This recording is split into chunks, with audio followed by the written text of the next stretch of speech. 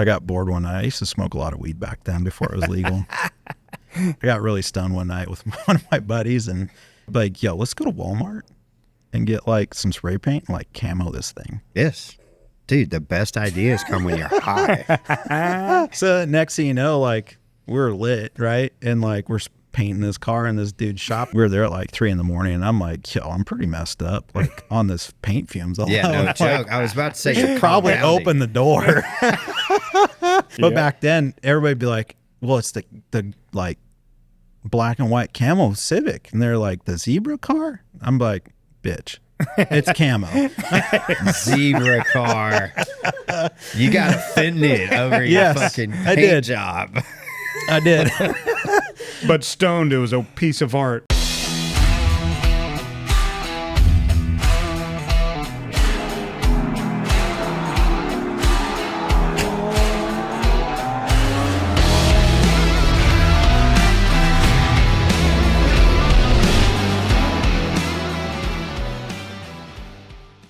So we're back on another episode of Deep Stage. 99?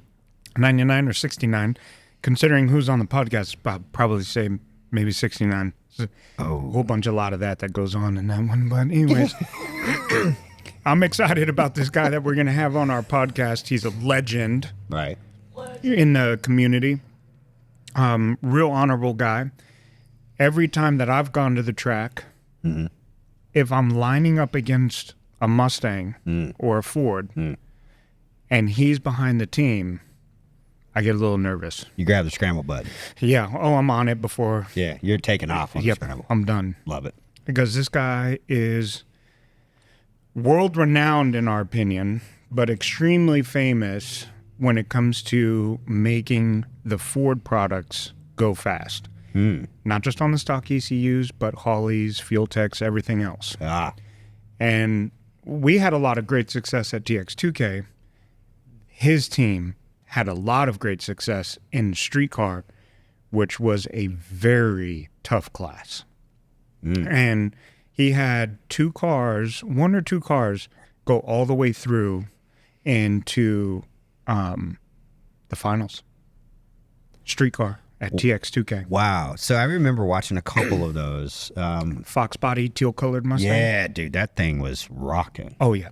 It's because that guy right there is 100% behind that car. Dude, that thing was mean. And that paint job was sick, too. Yeah. Didn't he have some powder coat on his... yeah, dude, I remember that. And the cool thing is, these were the guys that kind of shared a pit with us. They came in, did what they needed to, and they were gone. Yeah. Right? So they were over there with Bo and all... And yeah, I remember where they were. Great sick-ass cars, dude. Yep. Great guys. Slow as fuck, but sick It's okay. as shit. You got to... that's fine. It's... Everybody has to have, that kind of friend. Right. Those are ours. Yeah. So, really great guys.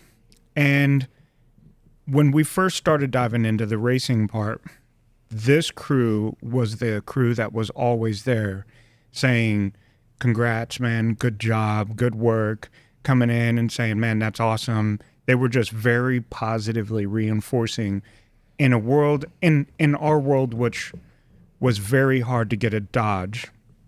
Nobody ever saw Dodges do what we can get them to do out at our hometown track, right? Yeah. And in Cali. And in Cali. Fuck.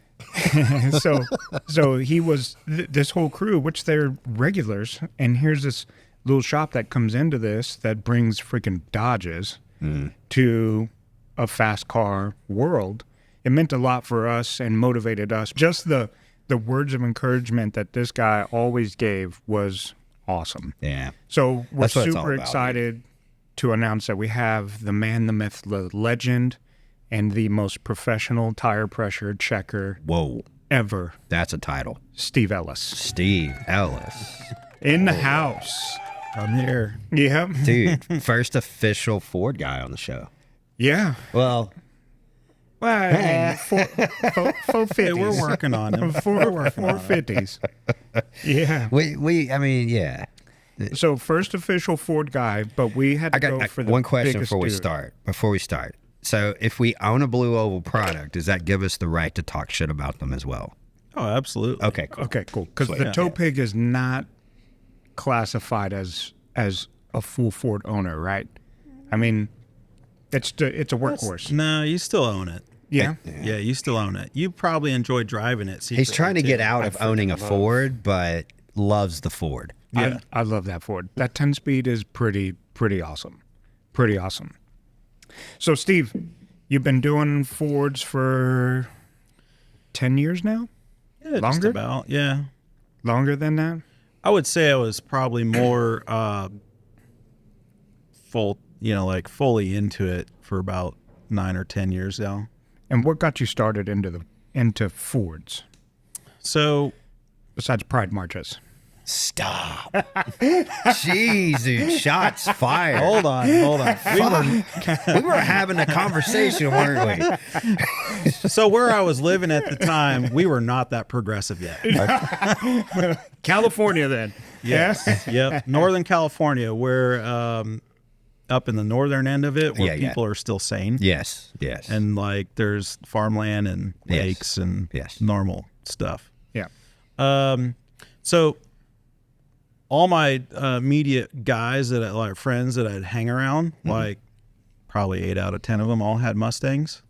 And I was always the odd duck that just kind of come and hang out with everybody. And when the Coyote market came out, you know, it dabbled in it here and there. The place I worked at the time, I would get customers that would want just, you know, off the shelf stuff that I would laugh at these days. But back then, like, you know, they're not like they are today. So one of the guys I'd hang around back then, you know, he had 03 Cobras and stuff, and well, a couple of them actually. They always had something, Lightnings, Cobras, whatever. And then when the Coyotes came out, like we dabbled in those too, and didn't really dive into them too much. But one day I told this guy that was I was around, I was just like, man, you need to quit messing around and like supercharge this thing and like put it on E85 and just like let your nuts hang. Right. And there really wasn't a whole lot of aftermarket support per se back then. Like there was a good amount, but it wasn't like today. It's like the Paxton supercharger. Yeah. So like one of my buddies actually, you know, Paxton and Vortex, kind of like a brother sister company. Mm-hmm. A buddy of mine actually bought his 2012 Mustang in the end of 2011 and sent his car down to Vortex to be used as a tester for fitment, but also for the emissions testing. So like that's how far back this goes. Wow. And you know, that evolved into say like 2015, that same guy that had the 2012 that went to Vortex. Then that when 2015s came out, he immediately had one as soon as they shipped to the dealership in the West. So, but back to like where I went full time, like I never really got into these Mustangs other than like bolting external parts on, like, you know, axle backs and cold airs. And then you just load a tune just from a handheld in it and call it good, to like cracking open the engine, changing out oil pumps, you know, the timing chain sprockets, putting the supercharger on it. And back then you had to modify timing covers and all kinds of stuff to get everything to fit. Mm-hmm. So like it turned into kind of a project for somebody that's new to it. But the short of it is, it turned out like, I think we drove it from where we lived like an hour and a half to the track, like nonstop, pulled up and like went immediately through tech and pulled right into the staging lanes, like didn't even shut the thing off, and it went like 10:30 the first pass. Damn. Wow. And this is in like the end of 2014. So that's cooking for that, but you know, I mean, for that car. In that time. back then, like it was unheard of these cars in general running 8s and being full interior and, you know, all this kind of stuff. Like 9s was like, a fast car if it went in 9s, but like we show up and we're like, oh, this thing went at 10:30 first pass. Yeah. Damn. Your 9-second car with a few tweaks. Yeah. So, and you know, that particular car in general, tuning software ultimately is what held me back. Yeah. So, you know, we down the line, we changed a bunch of stuff and ended up going through a couple engines and E85 pulleys, etc. You know, whatever, making more power. And then eventually it ended up being the, you know, me being me, I always want more. And, you know, it was a tough deal because like we're in these, this is the beginning of like when group chats and like Facebook Messenger start becoming a thing, right? Like I'm going to date myself here. So I'm in this group chat with people that are like in the industry, like company owners of supercharger companies and stuff. And I'm in this chat with everybody and I'm like, okay, they have the same stuff I have, like to a T, the same stuff. Mm-hmm. Why is this car like 3 to 4 tenths slower? And the only difference that came down to, because I had all the same parts, the tracks were okay, 60 foot looks pretty good. Ultimately, it was a tuning software deviation. So what was that? What was it? Just they had something different than you did? Yeah. So in the particular software that we were using with the particular tuner at the time, it was hard coded with an 8,000 RPM limiter. So like getting the 6-speed auto to shift and not touch it was a big deal because like also a secondary hard code safety was if you touch the limiter, it also zeroed out your cam angles. Yeah. So it went from like ripping to like you barely tick it and then it would like lay over and just be a complete piece of crap. Yeah. So that's interesting. So I guess they put that in there as a beta release of the software. I'm sure. Won't name any names, but no, the software still is a hard code at 80. It's like 8100. It's you know, because you have a window of. I don't know why would you do that? Like no, seriously. Why would you? Why would you like as a tuning company, somebody that is flashing right, and then is putting something on? Why would you hard code something in it that? So there's actually. What they had done was they'd taken the hard coding from the Boss 302, which had a somewhere in that neighborhood limiter around like 8200 or something, and they tried to mimic it, patching it over. But with the automatic, it would only go within like 150 RPM window. So if it was 82, you could only see like 8050, 8100 maybe. So, which the alternate software company, these guys were shifting their stuff like on the money, 8,000, and it doesn't touch a limiter because you had set it higher at like 83 or 85. Right. So, and you know, and with the 6-speed auto, you gotta get every piece of it. Every piece, yeah. So, and the biggest thing was getting the 1-2 shift. Yeah. And back then, that particular tuner, which ended up butting heads with, and it turned into a whole bunch of drama. We don't know anything about drama. Within like my old partnership company and stuff like that, and I don't think I have an issue with that guy anymore. You know, if I had to talk to him, like, I don't care, that's water under the bridge, right? Right. But back then, he's like, well, we got to shift it sooner. And I'm like, nah, like, we need to go higher. Yeah, you got to go higher. So when I switched tuning companies and I switched software, then we changed where it shifted the 1-2, and it immediately picked up like 2 tenths in the 60 foot. So, but that was a whole lost program at this point because like that car got backburnered after a second like semi-built motor let go. And when I say let go, like without being super technical, it knocked the rings out of it because the way he was tuning it. So yeah. That car got backburnered for years. Yeah. That's a cool story. What was your first car that you personally had that you modded? So I used to have. He's going to say it was a Dodge. It's going to be a Dodge. No, definitely not. Couldn't afford it. That's quite valid. No, it is totally valid. My car would that be was a totally lot valid. faster. So like when I was like a teenager, you know, like, well, I'll back it up. When I was a kid, right? Yeah. Like I always wanted like RC cars and whatever, and just like car toys, right? Well, then I get these RC cars, take them apart, and try to figure out how to stack batteries and do whatever in it, right? And then I burn up motors, and then it gets thrown in the back of the closet, right? Yes. Well, when I turned into a teenager, I asked for a BMX bike. Well, then the BMX bike turned into the first thing I accessorized because I wanted to make it my own. Mm-hmm. And it's also identifiable in amongst a sea of all these redline BMX bikes. And if somebody jumps on yours, like, it was yours. Hey, that's my fucking bike. Yeah, pretty much. Yeah. And I remember like, riding all over town. We go to the city park, and in the park, there was a creek that ran through it. So it was like a badass park back then. Now it's full of bums and, druggies and stuff. Imagine that. Like every park. Yeah. So I remember like, I'm like, hey, this dude's on my damn bike. So I get out of the creek because we were swimming in a hole, Yeah. and I'm like, not athletic whatsoever. Sports was not my thing. Definitely not athletic, but goddamn, if somebody You're on my bike, dude. yeah, you're on my bike. So I just like just sprinting, and I ended up like full body weight, just chucked this kid off my bike. And I'm like, what are you doing? Because I'm not like confrontational generally. Yeah.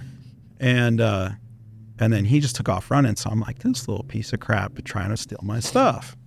And the guys I was with, they're like, let's chase him, beat him up. And I'm like, nah, screw that guy. Let's go back to swimming and have a good time. Yeah. But anyways, the BMX bike was like the first thing that accessorized with wheels, hubs, cranks, pedals, grips, you name it. Right. And no, we didn't have a lot of money back then. No, none of us did. No. I mean, my mom was a high school teacher, Yeah. Salary back then was maybe like 30 grand. Yeah. And in today's standards, like you break that down into X amount of dollars a month, like I can tell you our rent was $1,200 back then. Yeah, dude. So like how my mom whipped all this, because I'd be like, Mom, can I get $20? And she'd be like, for what? Yeah, right. Go mow a lawn, you know? But she, whenever I asked for stuff, she'd be like, no, can it wait a couple weeks? Yeah. So my mom's always been my, super supporter. But so somewhere along the way, my grandfather passes, and like we still have this old like pickup truck that they would use when they lived on the farm and then moved into town. So we'd always have this pickup truck. Well, that pickup truck turned into me being like 14. I'm like, I found this little turbo at the junkyard. I'm like, I'll flip the manifold upside down, figure out how to mount it, like run some oil lines, and like it'd be cool. And then, I didn't know what I'm doing. Yeah.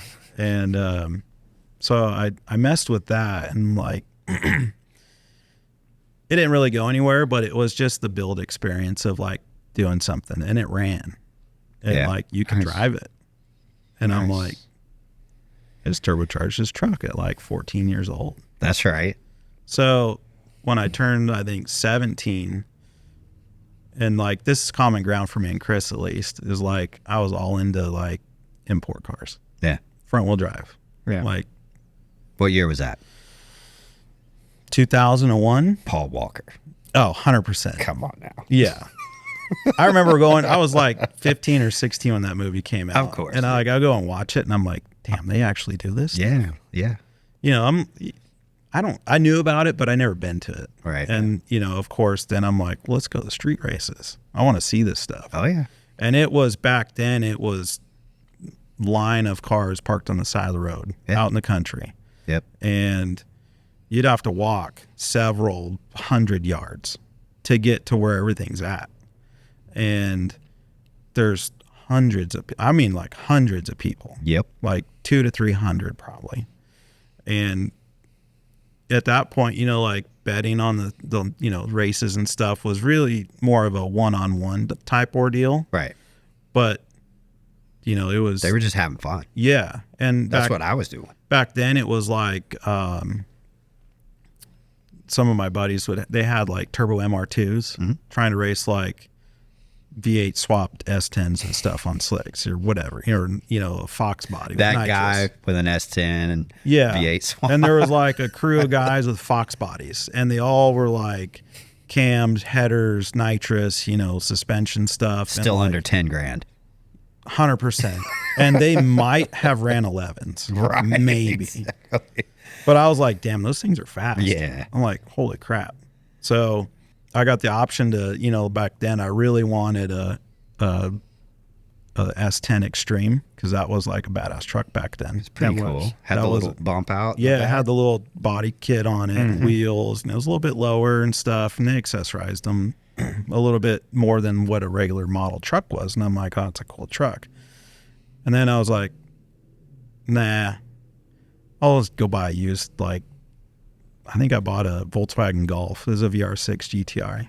Oh, but that was a badass car though. It was. Wait, It was. which one was it? The VR6 all-wheel drive. No, it was a front wheel drive. Oh, front wheel but drive. it was a 2-door Golf. Yeah. turbo, Yeah. 2-liter turbo, It was a right? V6. Oh, so that was the V6 was version. a I like the V6. little turbo one. That thing was badass. Yeah, so I bought one of those as a first car, and man, I love that car.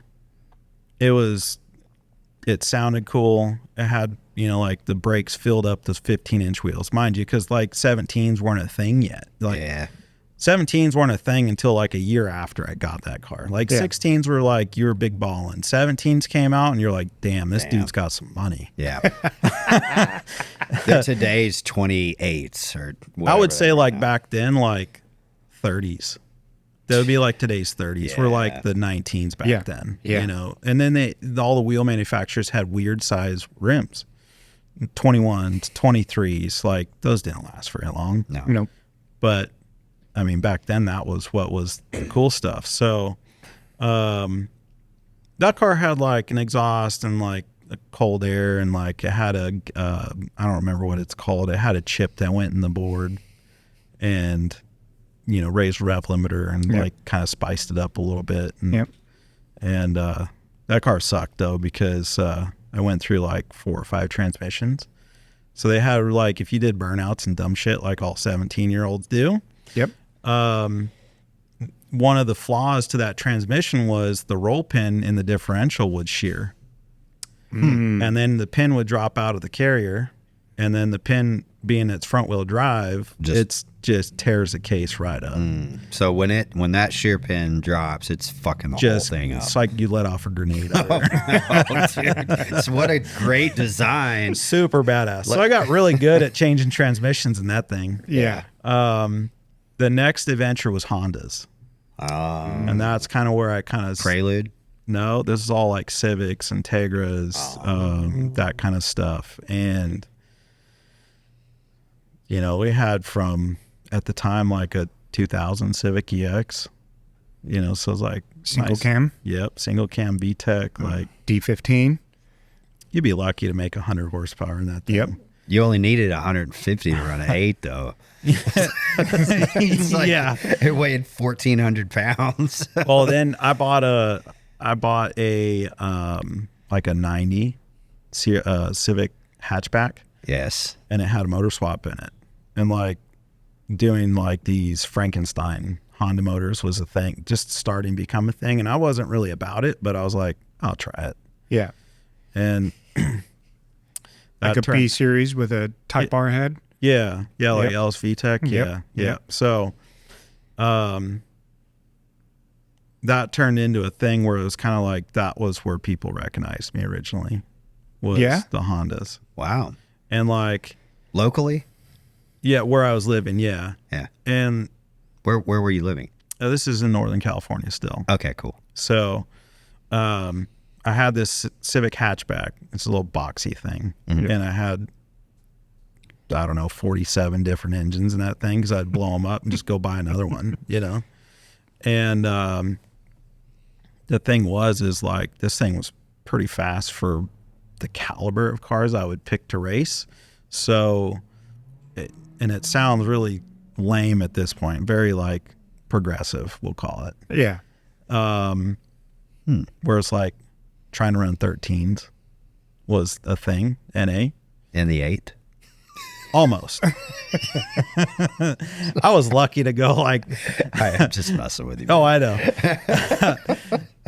Trying to run 13s in the quarter was just like, that was the pedestal. Yeah. Oh, it because like was?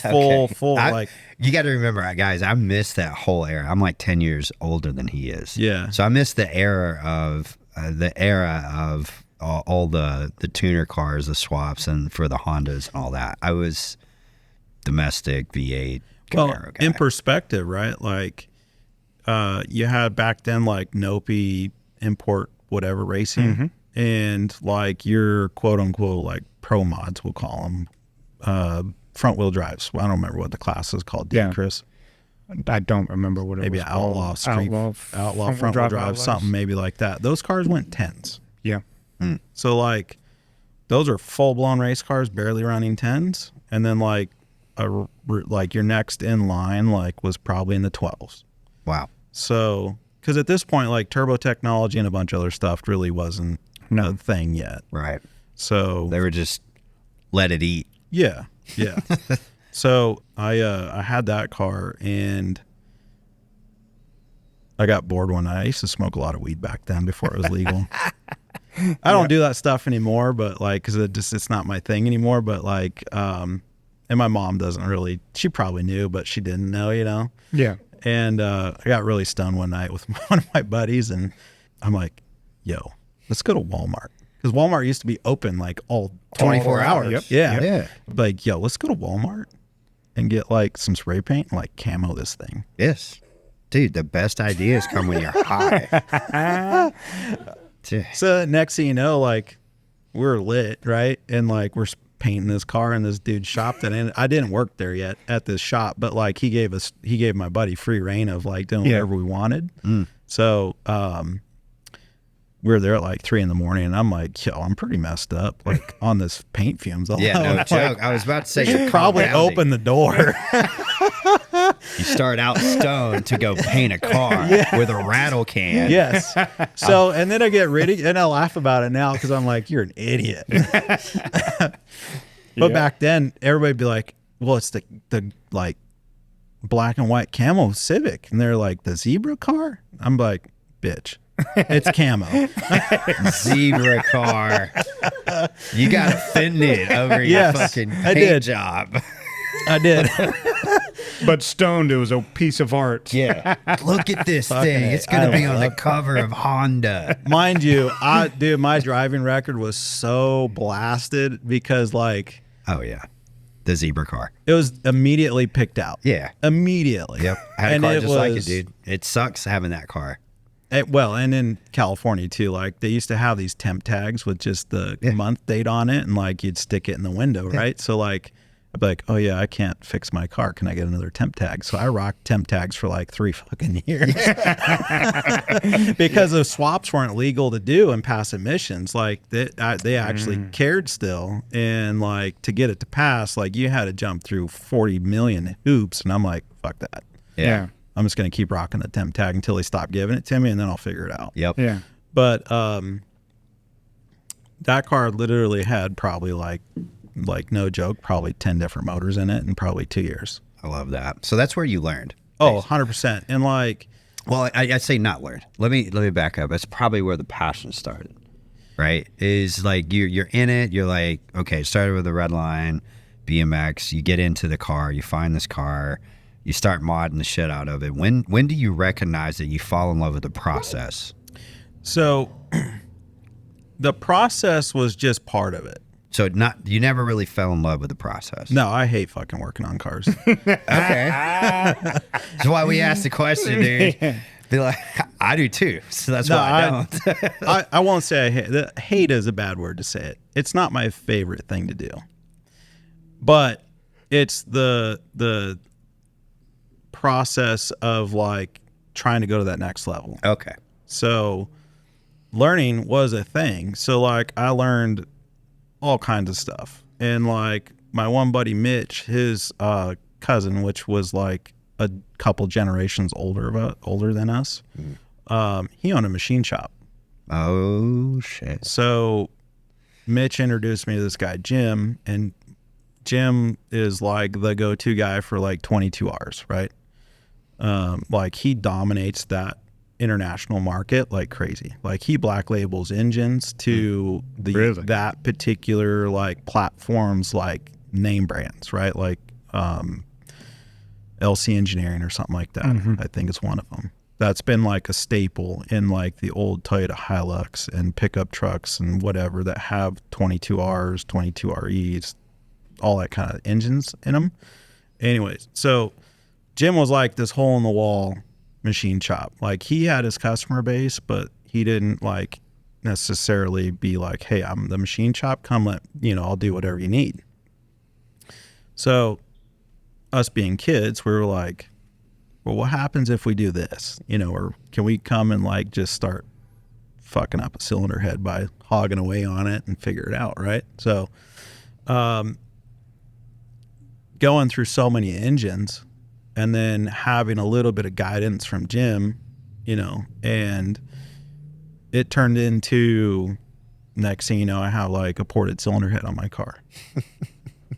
Mind you, after I've gone through like 3 bottom ends, but, because like I'd see how far they would rev up before I'd either float valves or like throw a rod out the side of it, And looking back, I'm like, okay, that's why probably most of my stuff lives today, because like I've learned so much by wasting a lot when I was younger. Yep, cheaper motors, cheaper parts. Oh yeah, like I'd buy a motor like $450 for a long block, and then I'd yank the top end off of it and like put my stuff back on it and keep on rocking. Yep. So, but that turned into where the Zebra car was like known street racing at the time, for miles. People would come up to try to size me up, and we're talking 2 to 3, 4 hours away. They'd be like, where's that Zebra car at? I'm like, it's camo. It's camo. It's your license plate. It's camo, bitch. And then, and then that turned into like, I drove that car though. I drove that thing all over California. I drove it to Arizona. Like I drove all over the place. And one of the things I remember the most from that car was like, it had this chip in the board, because that used old computer stuff still, and this thing, like you could like on diesel, you could like tap the gas and it would shoot like a 3-foot flame out the exhaust. Oh my god. Was this Honda or what was it? Dude, I don't even, it was before Honda, where like you just burn chips. And okay. I can't even remember, it's so long ago. Like the stuff that like for me, my memory is pretty shot, because like I don't try to remember a lot of stuff because of what I have to do on the day-to-day basis. So you know what? That's funny. And like this total side note, I have that same philosophy, and I practice it with like ninja-like fucking skills. And people like like my wife especially, she'll get on my ass because I've been somewhere 1,000 times, but I don't know how to get there because it's useless fucking information. Yeah. And I don't care to remember how to get there. Because there's other shit that I need to fucking remember because of my job. Yeah. I love that. Dude, love that. I have not heard that from many people. I thought that definitely was going to go a different way. I'm not going to HEB. I thought you were going to, no, I thought you were going to be like, I do that. See, my wife, sometimes I would just wake up and be like, how'd you get here? Who are you? I totally just forgot. Well, that's why you tune in. That you came home with me tonight. It's bad enough for me. Like some days I'll be like, damn, I don't remember what I did yesterday. It's like before, because I just don't care. It's like you black out. Yeah, it's like a hard reset. Yep. And like I love that. I don't store it. So people are like, oh, do you remember this? And I'm like, no, I don't. I remember a lot of stuff because I thought maybe it was important to me. Yeah. So it's in the memory bank. But so, like, let me guess, other shit consumes you though, doesn't it? Oh, it fucking, that's the downside to it. So that's where I'm good at what I'm doing though. Like, yeah. That what makes me so good. Same. What about you, dude? Who are we interviewing? Yeah, he's like, where the fuck are we right now? That's exactly what he's thinking. Even if he didn't admit it, I was going to bust him off about it. But he's bad like that too. He's like, what? The consumption is real though, right? So like, I don't have kids. My girlfriend puts up with a lot of absence. Yeah. And like, sometimes my consumption, like I will do like 18, 20-hour days because I can't shut it off. Yeah. Yeah. And I have to know what the, like whatever I'm working on, I have to get to a stopping point before I can quit. Yeah. And sometimes like that's a rabbit hole. Mm-hmm. And you got to be, I think one of the big things that scare a lot of people is like, they're not willing to go down that rabbit hole. Yeah. Because there's some uncomfortability. If you don't finish it, you're like, oh, fuck, I can't sleep. You're like, I'm on the verge of like doing something. That's cool, man. I'm glad we found that out about you, dude. Yeah. Like my competitiveness sucks sometimes because like all the time. It's like, it makes me a lot of money, but it also makes me kind of harsh. I mean, Chris is an asshole until you meet him. That's what we figured out, right? apparently I'm the same way because like a lot of people at the racetrack think that I'm like unapproachable. I don't know if I have RFB. Really? Yeah. That's Tori. Tori has RFB, RBF. RBF, yeah. Why though? So when are they trying to approach you? Because I feel like people pick the worst times to approach. Oh my God. It's because you're at work at the track where everybody wants to approach you. Yeah.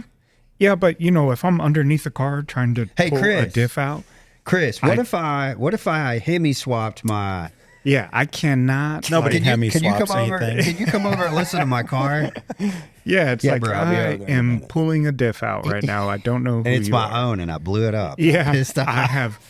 I have 2 hours before they call me up to the lanes. Yeah. You were in my way. Yeah. So, Like I've been at the track before and like people will talk about me and they're like, yeah, Steve's right over here. They're like, where? They don't even know what I look like. Yeah. Yeah. They've heard of me, but they don't have a clue of what I look like. And then they get like, maybe I have like this stamp on me. It's like legend status or some crap that I don't believe, you know? yeah. And they just think like you can't go talk to me. And I don't get it. Maybe I have RBF. I don't know. I don't know what it is No, either. it's not that. So the problem that I have is when people ask me a question. So say I got the time at the track and I'm not busy, but when people ask me a question, sometimes the way they ask the question, there is 9 answers to that one question. So I can't necessarily just answer your one question. So when I look at you like, You're an idiot. Yeah. I'm contemplating how I can answer that one question and not stand here for an hour. Yeah. Yeah. And I think that's what it is. It is, man. Like engineers are the same way. I worked with engineers for decades and hired them, and and it just that they're exactly the same way. They're like, well, what exactly do you mean when you say, and that's you guys, right? Yeah. Engineers. Dude, we have our top 2 clients are engineers, civil engineers. Oh. So, I mean, they know their shit, but they like things a certain way, and they know like they want a team that they can hire to do that. Yeah. So they make really good clients. Yeah. But there is a charge for. Oh, yeah. You should definitely tack on some fees. Pitas. But they know that, and they're cool with that because they're like, you're going to do what I asked you to do. I'm like, yeah, probably. Yeah. At the end of the day, if it comes out like crap, you're like, well, I told you so. Yeah. We know this is an experiment. And that's the cool thing. I was like, most engineers I know are willing to experiment. They just don't let people know that they're experimenting. Yeah. Yeah. I can't. My patience is thin Yeah. when it comes to that. Yeah, my brother is an engineer, and back when we used to mess with things, it was always written on paper. And I'm like, you can do that on paper. I'll be right back because I'm gonna go do this real quick, and I'll be done before you finish what you're doing on paper. 100%. Oh, well, how do you know what your next step is gonna be? I figure it out. Yeah. Okay, it's not. It can't be that hard. We'll figure it out. Yeah, he's an engineer for Toyota. Yeah. Hey, It's whatever works. It's a good job. Yeah, it works. But Yeah. I so can't sit there and figure out the math. Yeah. We'll just. Well, I can't write it down. Let's just get after it. I think that's the way to do it. Mm-hmm. So you got the sidebar with the working with the engineer, and you took on the Mustang. You came up. What was like your really like? If I had to ask you between, I would say the time that you started with your Hondas, and between now and then, what was your favorite car? Like, what was your favorite kind of build? And not because it was the fastest, but it was just like, I learned a lot here, and I'm in a different area now because of it. It's probably somewhere around 2017 or 18. Mm-hmm. The GT350s came out. Mm. And like, there was a whole lot going on back then when I was dealing with that stuff. And a lot of these cars that I work on sometimes when you get new models, like people will bring them to me and be like, hey, can you do this, this, and this, which requires me to reverse engineer what Ford has done internally in the engine in order to do what they need me to do. Right, because they're new cars. Yep. New and motors. like Ford doesn't even have like procedures to their technicians yet, and I have these things opened. Yeah. So when the 350 came out, we got one, and I think it was in 17, and we're like, it's pretty cool. Like, this is a really nice car. So 17, is that the flat plane? Mm-hmm. Okay. Yep. Okay. So they rev real high, Yeah. like 8,600 Sound stock. great. Yeah. And they sound good. They drive really badass, like big brakes. They handle, like, this thing's fun to go rip. And the first one, I pro-charged it because I was like, it's not really a race car. It's a stick. Like, there's a lot of deciding factors. But I thought that based on, like, how the engine performs, like, the Pro-Charger would match, like, the same power curve, right? Which it did. And I wasn't looking to make a bunch of power because, unfortunately, one of the clutch manufacturers back then used customers for test dummies without telling them. And then when you'd have a problem because your car wouldn't, like, disengage the gear to shift it, like, then they got all kind of pissy and whatever. So I'm like, I'm not really into making all this power yet, so I'm just gonna leave the stock clutch in it and, like, just let it ride. And that particular car, it was just fun to drive. Plus the RPM, like, it never gets, like, this comes back to the Hondas, right? Like, where you're revving them 7, 8, 9,000 RPM, and the 350 was the same thing. Yes. You know, I knew, like, the faster you spin a centrifugal blower, the more boost it makes, and, like, obviously the more power it'll make. So, like, me being me, I'm an idiot. Yeah. I'm like, let's put the limiter at, like, 9,500 and just let it see what it does. God damn.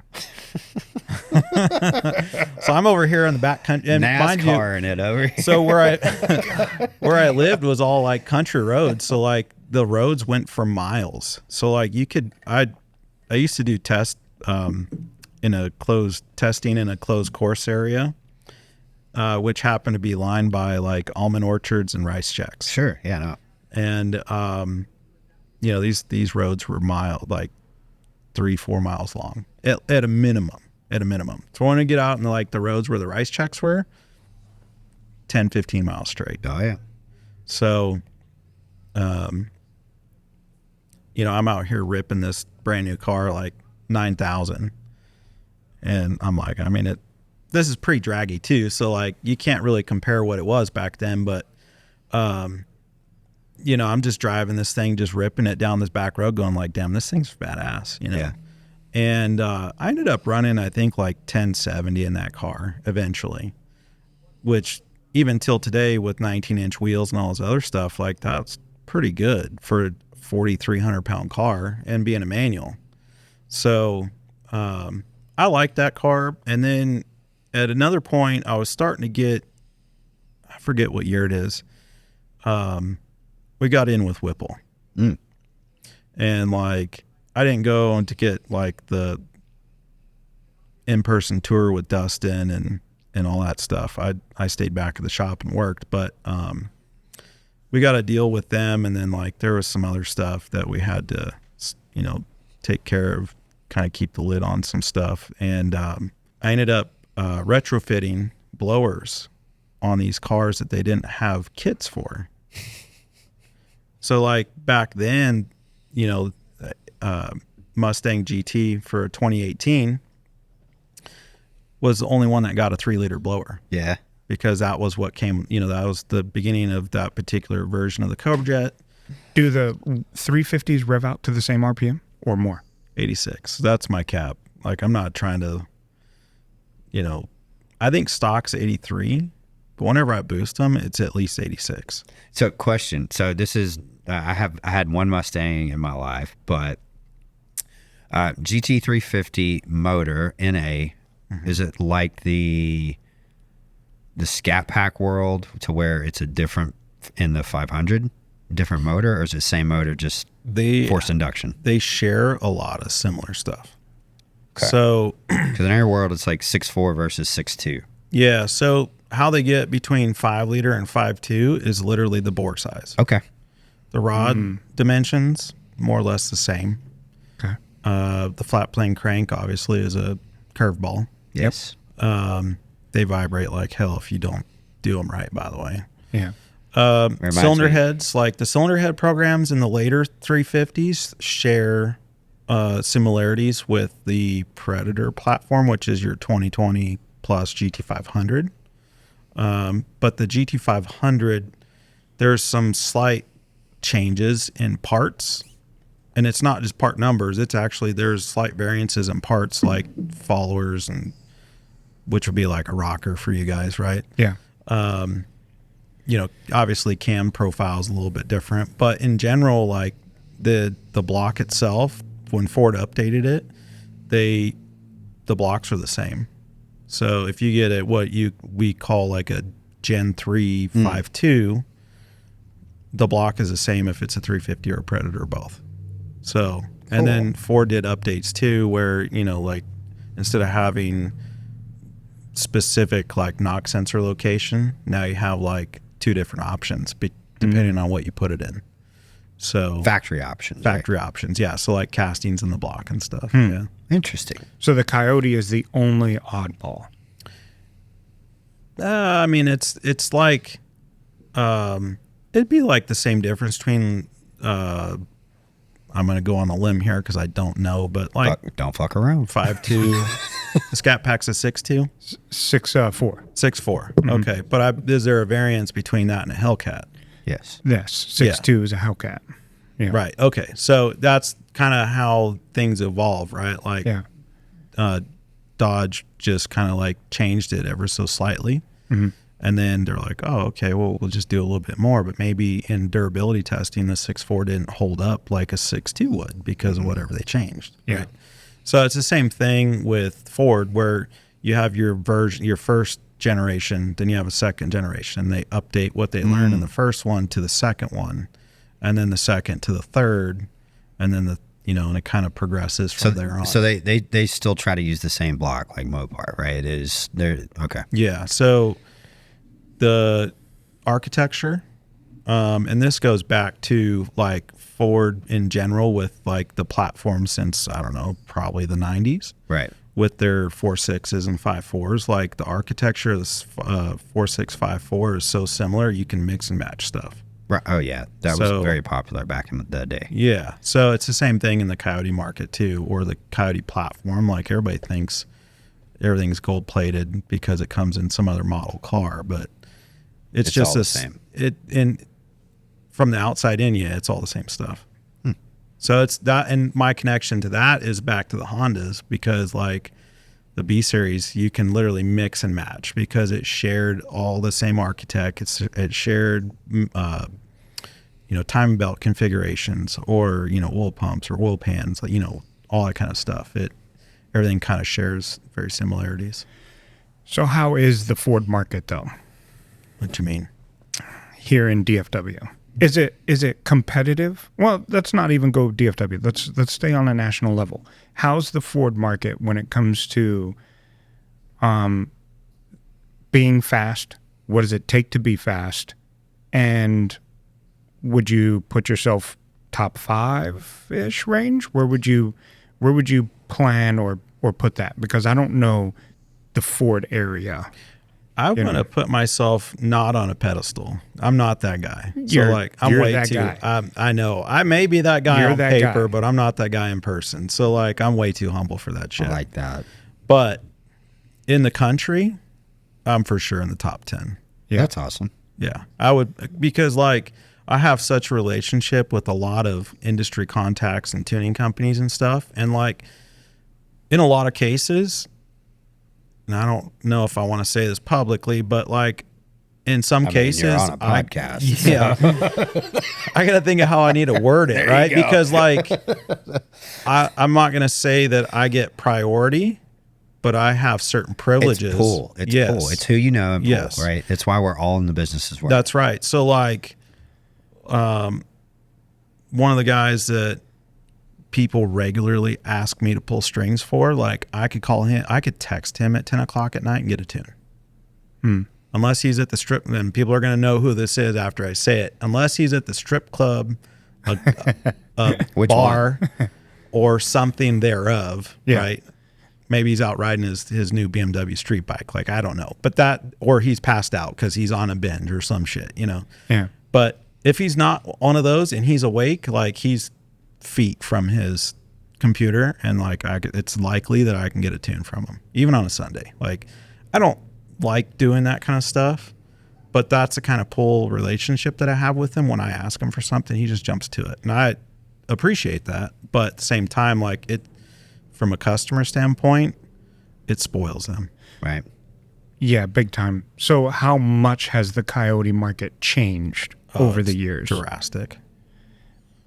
It's went from like you have a handful of leading shops, right?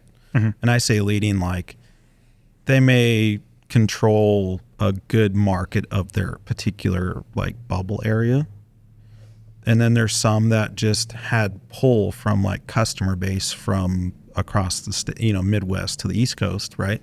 That, and I, you know, luckily I've made a lot of good friends and stuff, and have good relationships with a lot of these contacts, right? And again, it turns into like I can send a message and be like, hey, I fucked this up. How do I fix it? You know? But on the, and I don't run into that very often, but like we'll use yesterday, for example. I'm like, I felt like such an idiot. I'm on the dyno yesterday, and like everything's going cherry. Like I just like whip a tune on this Holly out of my ass, literally. Yeah. And I'm guessing on, it's an educated guess, right? But I'm like, I mean, it should make this much power and it should use X amount of XYZ fuel. We'll just put a number in the box and just kind of map it out, right? So I put this thing together, and like it's like 2 to 3% correction.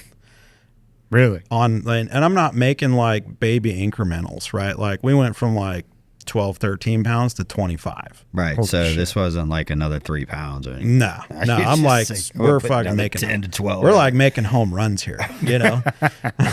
Yeah. And like, let's turn it up some more. So I'd add some more CO2 to the controller and, you know, set it and send, you know, write the file and whatever. And then like the converter flashes on the dyno, and like, we're talking, you know, like instantly 25 pounds of boost or more. And like the converter flashes and it's like $7,000 ready to rock, and like it just shuts off. Uh-oh. And I'm like, oh shit. Like when I say shut off, like it went like I friggin' like hit the off switch, and I'm like, oh, did we just try to exit a rod out of this thing, you know? And then I'm like, I don't know if I want to hit that starter button right now.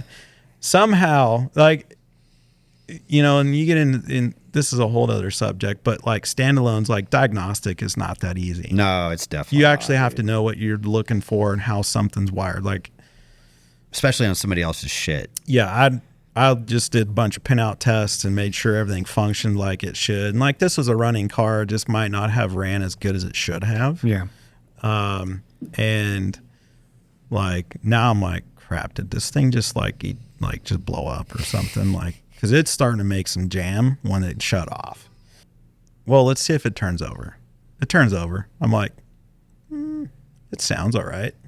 It sounds normal. Like it doesn't have like a crank out of balance sound. So I'm like, okay, we didn't eject like something out the bottom or whatever. Yep. I'm like, we'll pull some plugs. So I pull the plugs and I'm like, God damn it, they all look perfect. You know, like they all look right in line of what we've been doing, you know? Yeah. And so finally I'm like, fuck, fiddling with this thing, like trying to flash different, you know, because Holly has some like weird shit that happens occasionally.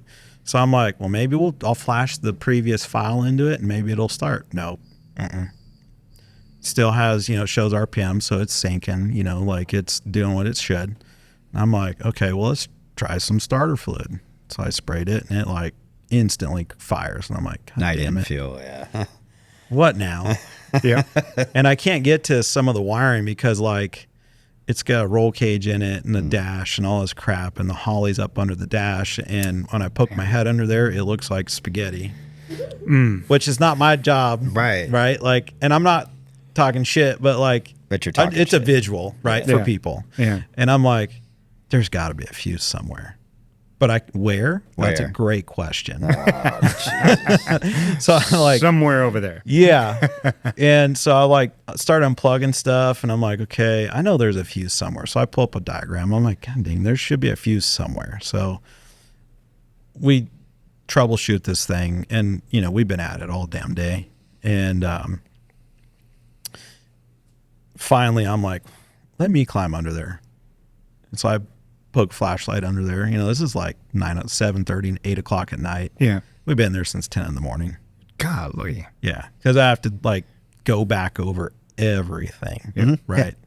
And it's just a process. That's all it is. Finally, I reach up and I'm like, grab on this other harness, and sure enough, there's a fuse in it. And I'm like, oh, cross your fingers, pray to Yeah. God that this is it. So I pop it out. Yeah, fuse is popped. I'm like, what an idiot we are. That's probably a solid hour looking for this thing and testing crap. And I'm like, there is no power to the injectors, like at all. Like it should be on. Yeah. And it was a fuse. But I'm like, it's getting late.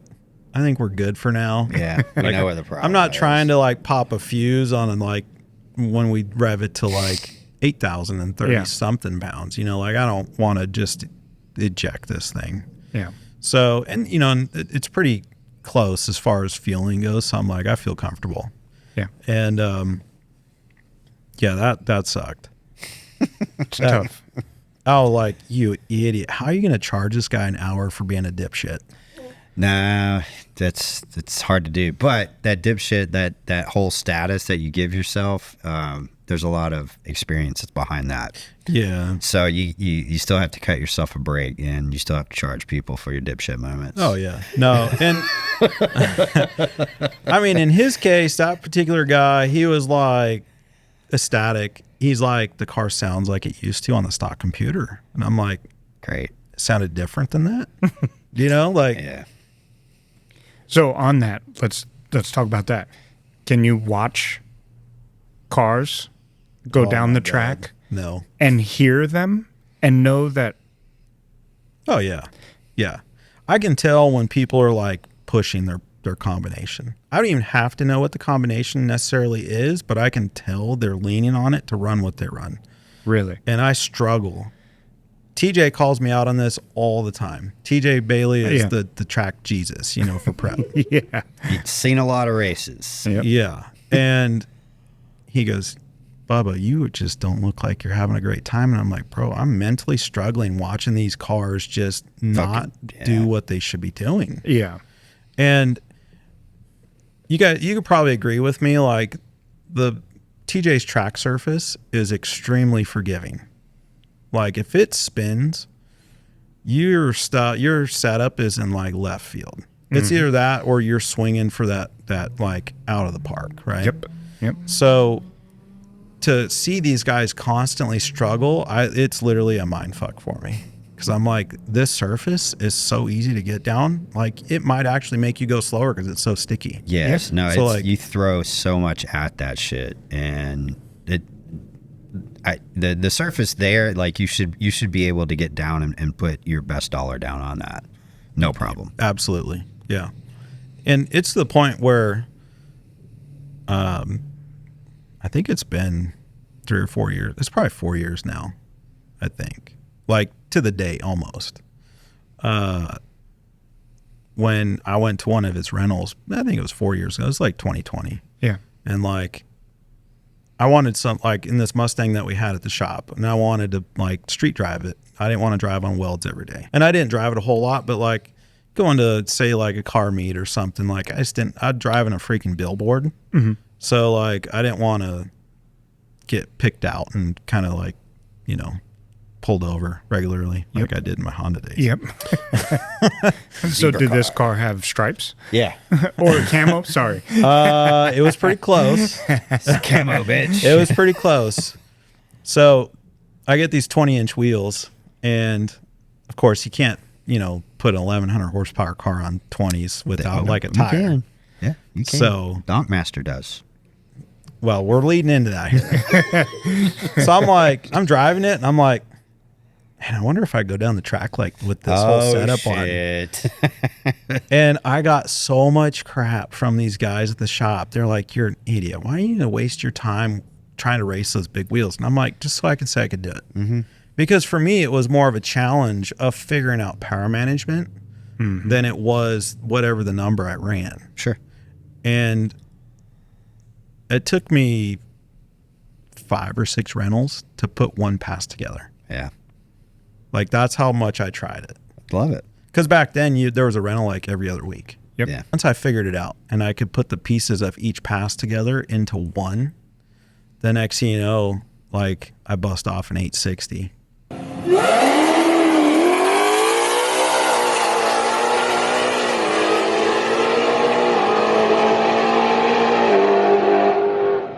Damn. On 20s. On 20s. Love it. 164 miles an hour. God damn. With like, I don't remember, it was like a high 1.3 or 1.4 60 foot. That's good, dude. And it's not like it's a tin can either. Like we're talking, this is a premium car, 39, almost 4,000 pounds. Like this isn't a stripped out can doing it. You know, like this is Stock trans, stock rear end. 10-speed trans, stock rear end, like 20-inch wheels with the drag radial and like full-size fronts and all this stuff. And like to get an expression out of TJ, he's like, the slip prints at the starting line a lot of the time. Yeah. And he like grabs a slip and he's like, 860 on 20s? Like, No, what, 860 on 20? Holy shit. a holy shit mo. And then it comes out, he's like, holy shit. You know? And he's just like astonished. And I'm like, and I come back around, I'm like, what was it? And they're like, bro, you ran 860. And I'm like, shut up. Seriously? And they're like, yeah. They hand me the slip. I'm like, holy shit, this bitch actually went. Yeah. But what does that give you, or what did that whole time that you were figuring that out teach you? This little date, you know, like I said about dates and remembering shit. So, when in 2020, I took that same car to Outlaw Armageddon, which is a no prep in Oklahoma. And I've never no prepped in my life, let alone show up untested with like 1,100 horsepower car. That's, you know, one of the deals in the quote unquote daily driver was a legit being daily driver. Like I had full interior, so it had air conditioned leather seats. Yep. And, you know, whatever. So it looked on the outside, other than being wrapped, like on the inside, outside, like it was a pretty stock looking car. And I show up and I'm like, hopefully it works. Yeah. So I tried that, and I'm in there with like, there's some cars that were slower than me, but there was some cars that were way faster than me too. On a no prep. On a no prep. So this is water burnout. You can see the bare concrete where the back tires start. Yeah. Like, Wow. Done it. like Sucks. bare polished concrete. And so to the guy, my tuner guy that I can call in the middle of the night. Like I FaceTimed him and he's at the bar. Yeah. So I was like, yo, can we try this? And he's, you know, and I kind of tell him what I'm thinking. Cause and that's my relationship with them is I ask him to do what I want to do. Cause I don't physically tune the stock computer stuff, but I have ideas based on how the stock computer works, and it may not necessarily work, but you know, I'm like, can we try this? And he's just like, yeah, because he knows I won't be like, oh, you fucked it up, whatever. I'll be like, well, I guess that didn't work. I guess I'll just flash the other tune in and I just leave him alone, you know? Yeah. So haul my stuff up there, and like first pass, it like you can see the radial wrinkle, and I'm like, oh, Like it actually left. Wow. Like, all right. On a 20. No, this was on a regular like well drag okay, pack, but okay. on a drag a DOT radial. Which Okay. was on an ET Street R. Yep. Okay. But like you could wear flip flops. Like the starting line felt like you're walking through Costco. Yeah. Like just dusty concrete. That's what it felt like. And I'm like, oh, this worked. Yeah. And I think I made it to like the last 4 cars or something in a class of like, and the ones that were left were like complete bears compared to what I had. So the power management from trying to get the 20s down is taught you a lot of suspension and power management to get Tons. a no prep down. Well, I did no prep first. Oh, okay. I tried that first. Yeah. And then I was like, I wonder if I can do it on the 20, because the 20s was an afterthought, right? And because I was like, we need to go to more car meets and stuff and, you know, kind of socialize more instead of just constantly at the racetrack. Because, like, you're missing a big portion of the market Oh yeah. only Just at going to the track. racetrack. Yeah. Yeah. Yep. So, unfortunately, I hate fucking car shows too. Yeah. But yeah, like figuring out power management for no prep, and then I kind of like took that idea and like didn't quite as neuter the power as much as I did a no prep, but for the 20s and figure it out. That's how I ended up getting it, because there was some passes like it would make the 5-6 shift on the 10-speed, and it would start wheel hopping at like 600 feet out. Oh shit. Like you could physically hear it in the back of the car, like banging away as Ow. it's chattering the tire down the track. Wow. So once I figured out some other stuff, you know, chipping away at it, then everything kind of fell in line. That's where the experience and expertise comes in. Yes. People don't see the nitty gritty at the track, No. the no. private rentals, things like that. Well, just the fuck ups and like how you have to get, especially our fat ass cars down the track.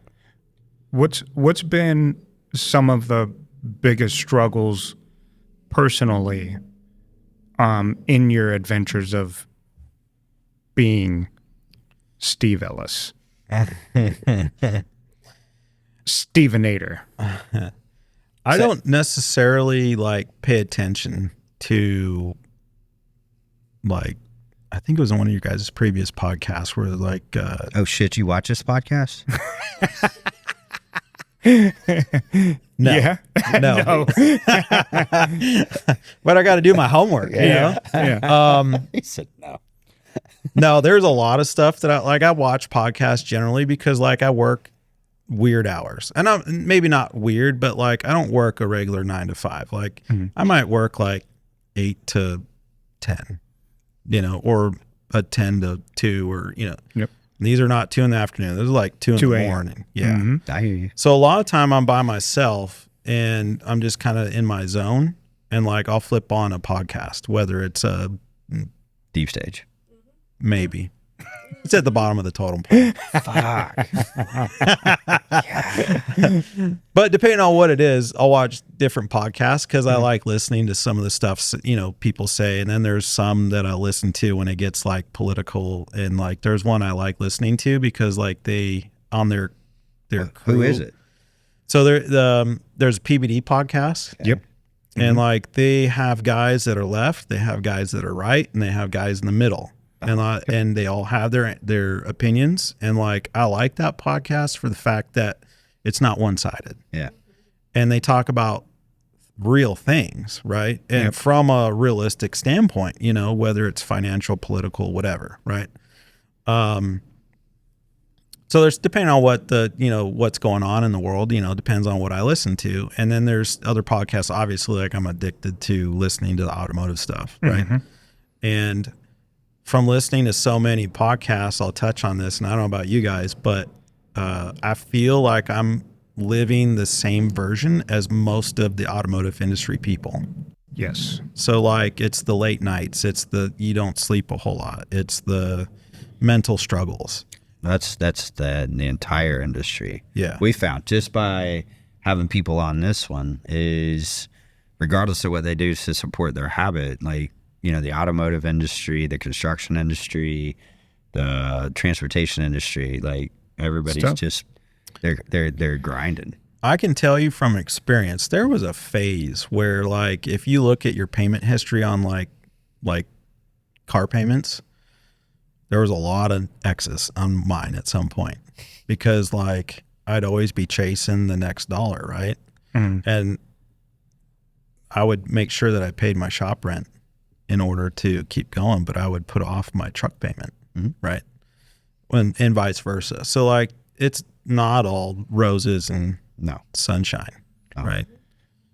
So what's been the biggest struggle For me, for Stevenator? What's been the biggest struggle? it's a partnership.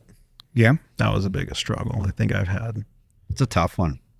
Yeah. And I've been warned about partnerships in the past, and like everything was good at first, but it came to a point where like it's kind of one-sided.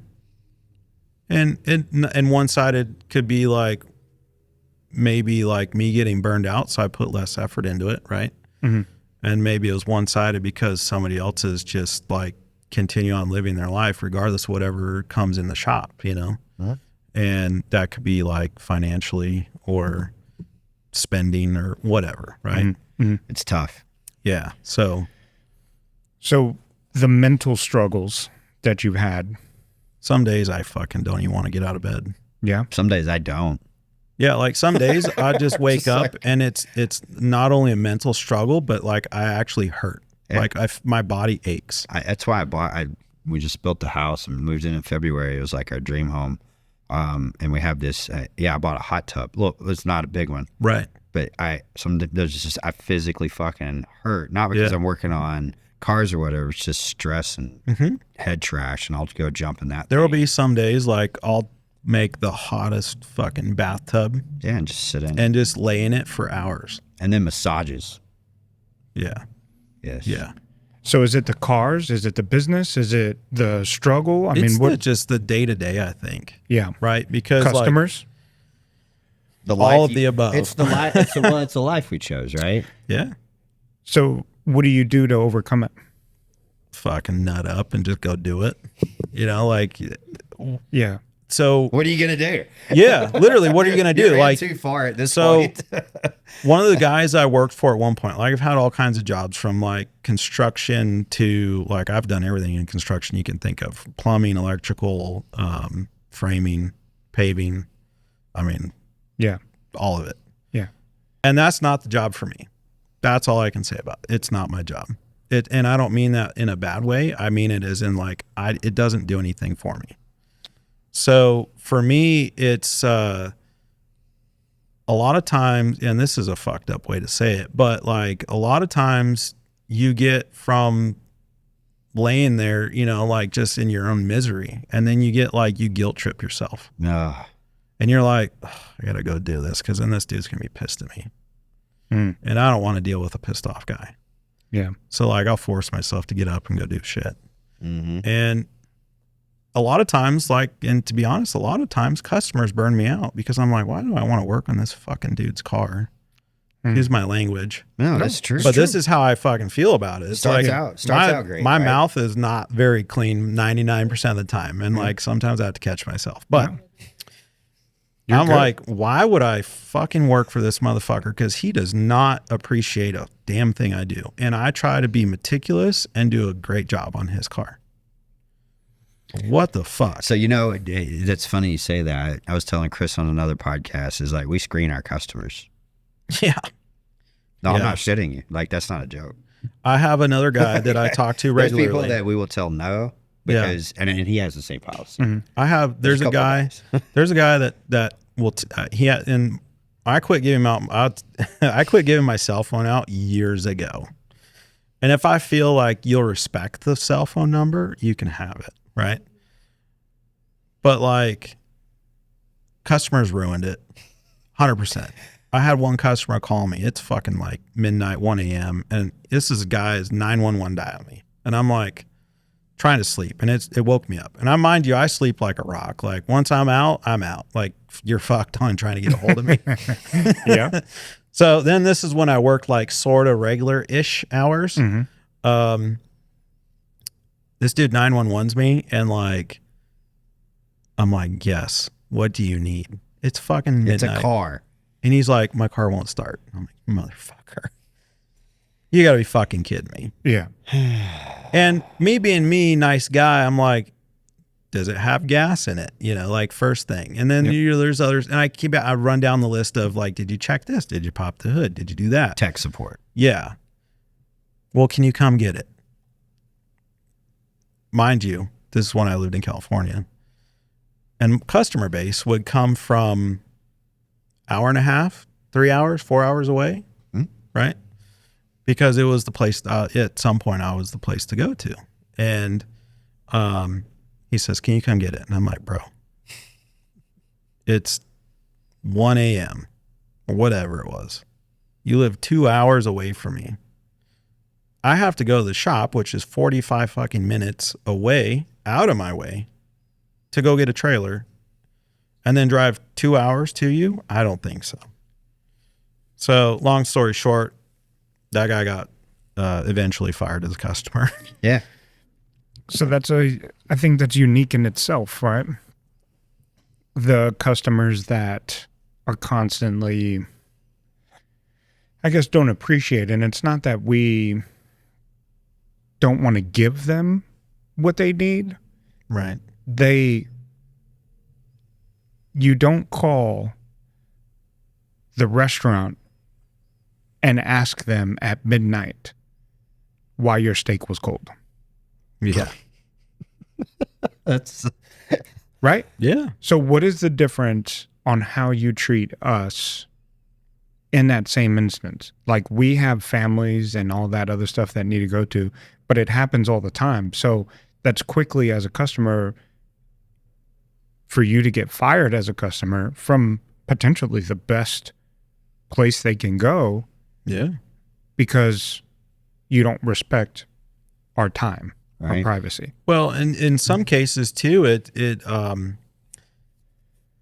people don't understand the process. So they go off on their own limb of like what they think should happen. And I'm like, okay, you got a hold of me.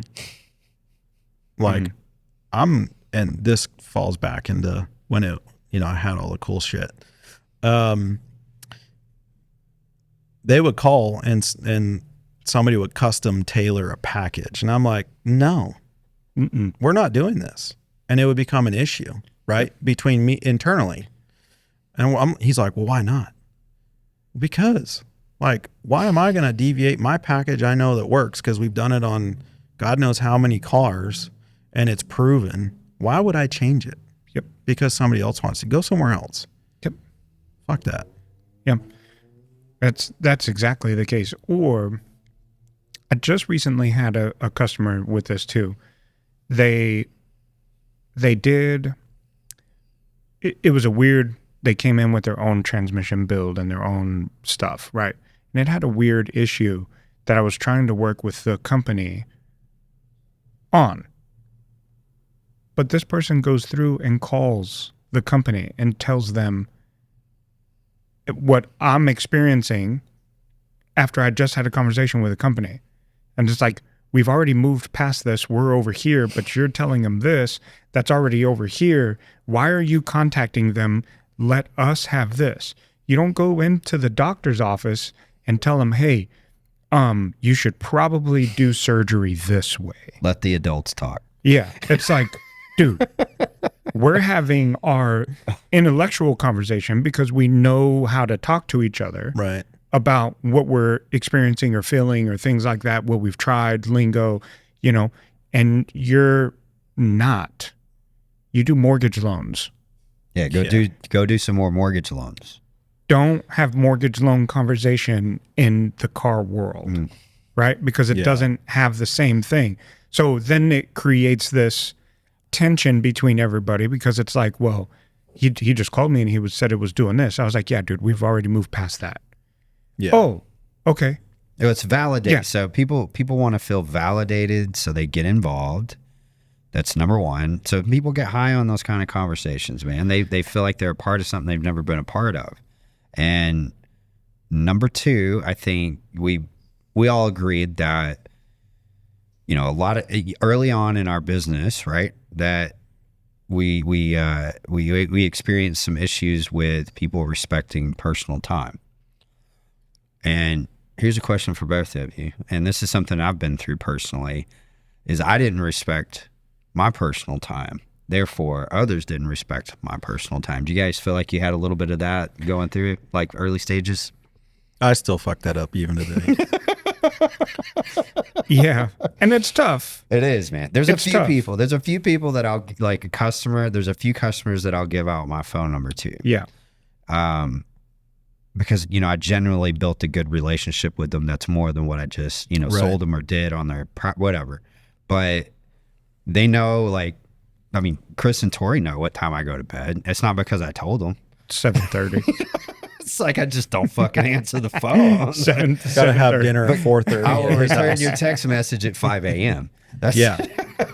Yeah. Yeah. No, I think I'm gonna date myself here, but this next year I'll be 40. So which a lot of people don't think. They usually think I'm a lot older than that because I have like a whole head of gray hair and all this other shit, right? And I get talked shit to about my gray hair. I thought you were like 60 something. Exactly. Damn. Yeah. So, I'm getting to the point now, like if I had kids, I think I would respect my personal time a lot differently. Right. But since I don't, I still abuse it. Right. And it does mentally wear on you if you don't separate work from home. But when you're your own boss, like It's really hard to do. it's really hard not. But lately, in the last probably 6 months, like when my girl gets off work, she goes home, like I'll text her occasionally. I mean, it'd be like, what time are you going to be off? Because it's not always the same every day. Right. Right. But I'll text her and be like, when are you getting off? And she'd be like, 30 minutes or whatever. Okay, cool. I will just like put the brakes on whatever I'm doing because I feel like I need to go hang out with her. Right? And it's a year or two ago, 5 years ago. Oh, are you home yet? Yeah. Okay. All right. I'll be home later. And she'll be in bed passed out before I even get home. So, I feel like I've missed, I probably fucked up and missed a lot of home life stuff because I put work as a priority. And work is not really a good way to put it. It's a passion as a priority. Yeah. And I've neglected a lot of different stuff, because of that. So It's a lot of pressure. It is. But I think pressure is what keeps you up. Because that's how it is with me. The pressure, the customer pressure, things like that. You just can't turn it off. Customers think that it's just bolt on, bolt off, and go. But I'm sure you can do the same 10 things to 10 cars, and there's that one that'll just fight you tooth and nail. every time. But you told me we were going to put my motor together in an hour today. Yeah. Yeah, it's together. The picture just printed. I just printed the picture. I was gonna. It's you were gonna completed teach- and You were done. going to teach me how all that shit happens. I was going to take notes. Wait, you guys blow stuff up? Yeah. Gloriously. There's a whole fucking section over there where the things blow up, and that's Chris's test section. I've been pretty fortunate, I think, with the Coyote world that it's been very minimal in the, what do we say, 8 or 10 years, blowing stuff up. Well, you've always been on your A game out there, at least whenever it comes to our place racing, anything that you've ever built, you've always been on your A game. Well, And I your don't, cars have always just, man. I they're don't fast. show up to be slow or lose. Like me as an adult in my 30s, like I can't fucking stand losing. However, I also can't stand showing up unprepared. Yeah, that's worse than losing. I absolutely like If you could have won because you didn't fucking prepare, that's worse than losing. F.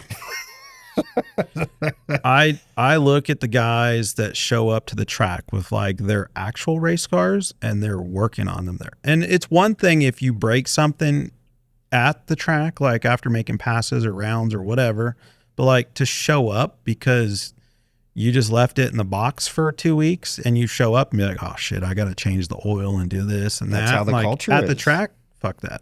Dude, Yeah, that's crazy. But to that's me. the culture. That's It's the culture. crazy though. to me. That's how. I've how seen this whole guys thing- ripping transmissions out. Oh, I blew it up last time. I just got to put this one in. I'm like, why? Hard pass. Why are you out here doing that? Like, this car should be ready to go, you know? It's like the But guy- I think that's the difference. So I can watch a car that you're involved with, and I know you're involved with that car because that car will hook and boogie, and it's down, right? But the guys that are more hands-on and don't follow his lead, they're just blowing them off. They can't get on the step. They can't do anything. They're slow. They're not doing this, they're that. And whether it's not him necessarily being involved and or other facilities that are involved in the Mustang world, you can always tell. And for me, it's like, I always know when there's a Z car that's going down the track where Z's tuning. Yes. I know that. You can hear the difference between Z's tuning and somebody else's tuning.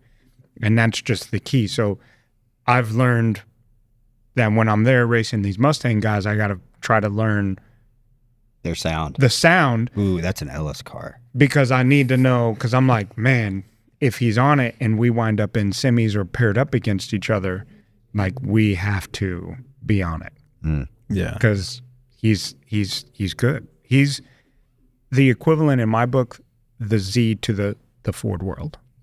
Wow, that's a big title, dude. That is a big title. Because Talk about another humble guy too, right? his Yeah. his cars go down, and that's the thing. People think that we have some secret cheat code, but it's not. It's the time that we spend at the track fucking everything up, testing theories that make us fast when it counts. Right. There was plenty of times when people don't see me trying, it's like 3 a.m.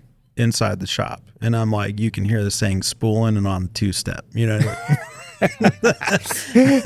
because like I'm over here like trying stuff, and people don't see that part. So like I'm over here trying to figure out how to get this car to spool up faster. So like in the relation to the Dodge market, like you put a camshaft in and it kind of is what it is. But like in the Coyote world, like on some of the engine combinations I'll put together, I ditch all that variable cam timing stuff. And it's not necessarily because I don't believe VCT is good, but maybe just the engine combo doesn't allow me to use it because of clearances, right? And there's too much like risk involved in order to use it. Yep. Because, like if, for example, like their quote unquote home position might cause a piston to valve issue if it doesn't stay in its home position while cranking, right?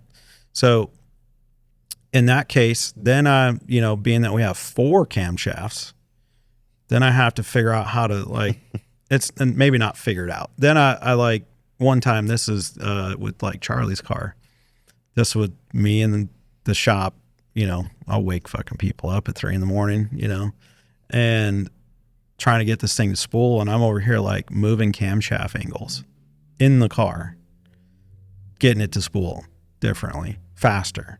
Yeah. And knowing the relation of the cam angle I'm changing to is what the result I'll end up getting without sacrificing like power and stuff. So a lot of people don't see that side of it. However, hours and hours and hours of that shit, or pulling the transmission out 3 times because like we make changes to the converters, Yep. And this is all stuff I do at home. Well, not home, but like before I show up to the track. And we'll use Charlie's car for example. I did a head and cam package in it because he'd been rocking like my whole engine combo for a couple years. And then I'm like, okay, he's like, well, let's go to the next level. So I did head and cam package for him. And now it becomes with the combination as a whole, like it's really slow to come up on the 2-step. And I'm like, oh crap, this sucks.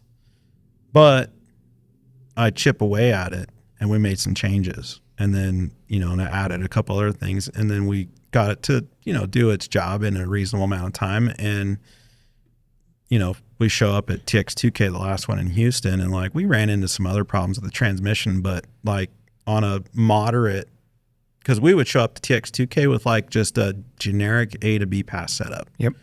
I'm, you know, knowing what the variety of cars that go down it and the surface changes, you know, with the run order and stuff, like you have to race the program. You can't just show up to the track assuming it's going to be on kill. Yes. So we show up with like what we know or think in theory will go down A to B. And this last time we had his car out, you know, a couple years ago,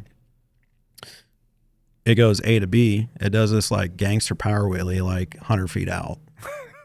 And it went like, I don't remember, 770 on like 25 pounds of boost. And I'm like, oh shit, this bitch makes some power. Wow.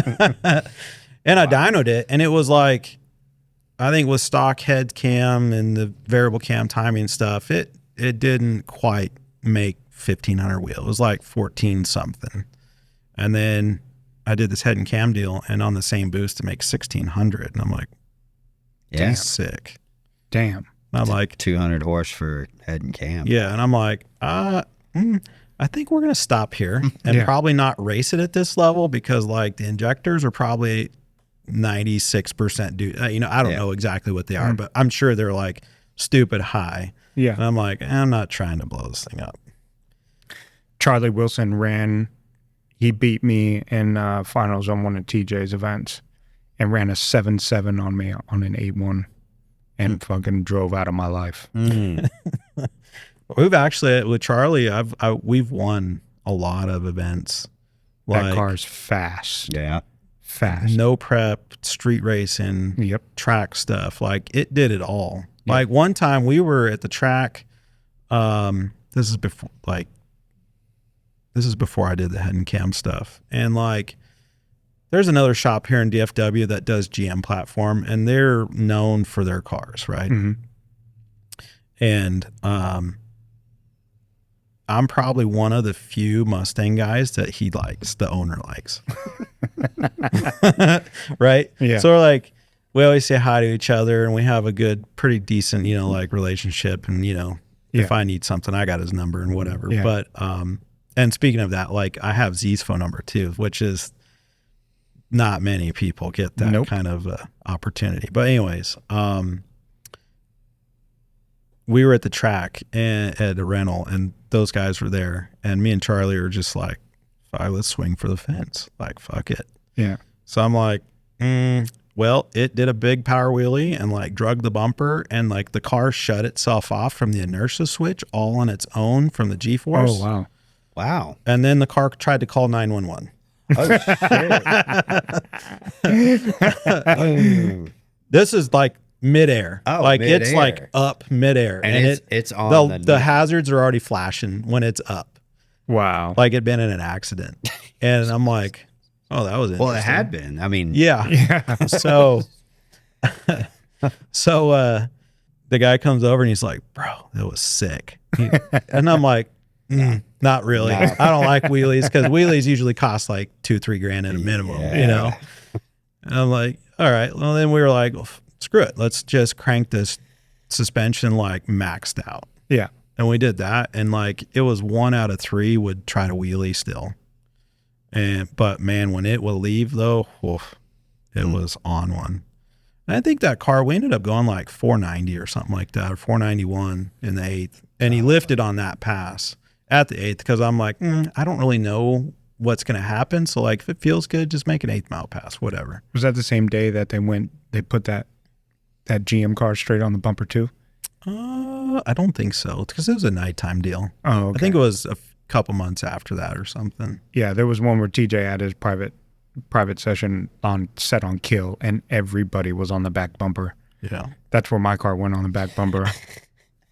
Yeah. Everybody. And that was a 1/10 of a second change on nitrous ramps to just try to let it go. Yeah. Yeah. And that 1/10 just made that thing stand on the back bumper. That's a heavy ass And make one hell of a freaking photo op. But yeah, it was tough. Yeah. It was tough. Yeah, and like 490 anymore in the Mustang platform is not like unheard of, right? Like it's for around here, it's fast. It's fast for a late model car with independent suspension on 17s with a 28-inch tire. But in the overall industry, like it's not unheard of anymore. Right. That's crazy. We're trying to hit 490s. I've been 480. But that was only once. That was only once that I'd ever went 480s. But I think that's still pretty remarkable for a 4,200-pound car. Oh, absolutely. Dude, it's stupid. I'm over here. I just want to check your tire pressure in one of these Mopars just to kind of see what y'all run. Every time it breaks, and these things freaking... Dude, he's like, I'm going to check your tire pressure. That was the whole reason those guys at Cali got their feelings hurt, man. Like, they just weren't sticking, and the little car they could took them out. It's tricky. And that's all Yeah. all the back and forth that they don't see that we do at the track to get that Just info. put a stroker motor in it and and a kit of nitrous, right? Those California tracks are tough. Like, there's a bunch of us that have migrated east, and what we've got as far as track conditions in California, like, is like the street here, and they think it's great. And then when I come here and I'm like, oh, this is easy. Yeah. Like this is super Except easy. for the heat. Yeah. Well, I mean, it's hot there too. It was hot when we were there. It was. I don't know what the hell happened. I was expecting nice beachy vibes. Fuck yeah, dude. But no, it was... No, it's that basin that LA is in, it gets hot. Mm-hmm. And then Golly. you went to what, Irwindale? Yeah. Yeah, that's hot up there. It Because it's kind of like deserty too. Hey, that track was sketchy as hell. Yeah. That whole lane That return, closure down. but at the end, the hard, Jesus was it hard Christ. right? I think that's sketchy as hell. Yeah. Yeah, I'm on the brakes with the shootout, and I'm like, I'm not going to make it. is that a wall? Yeah. And then you have to like guess like there's a turn, and then like you have to guess like the trajectory to go through the gate. Yeah, and then they had a circle up, and Yep. yeah, it was weird. They had dude. tractor trailers all over the place there, and I'm like, I'm dodging 18-wheelers to get... Yeah. It was on the chute, hard wall, and then there's just this little arrow flag this way, and I'm like, whoop. Oh, You shit. did get to drive by the crowd on the way back. Yeah. That was fun. And that was crazy. So Yeah. I was not expecting that for Irwindale, but it was a fun event. So in the world of Stevenator and all the things you've learned, what do you think are some of the best advice that you would give to the next Stevenator coming up? Ooh. Little Stevenator. I'll admit into this one. So whenever I put somebody's car together, if somebody gives me free reign, I just do it how I would do it. Yep.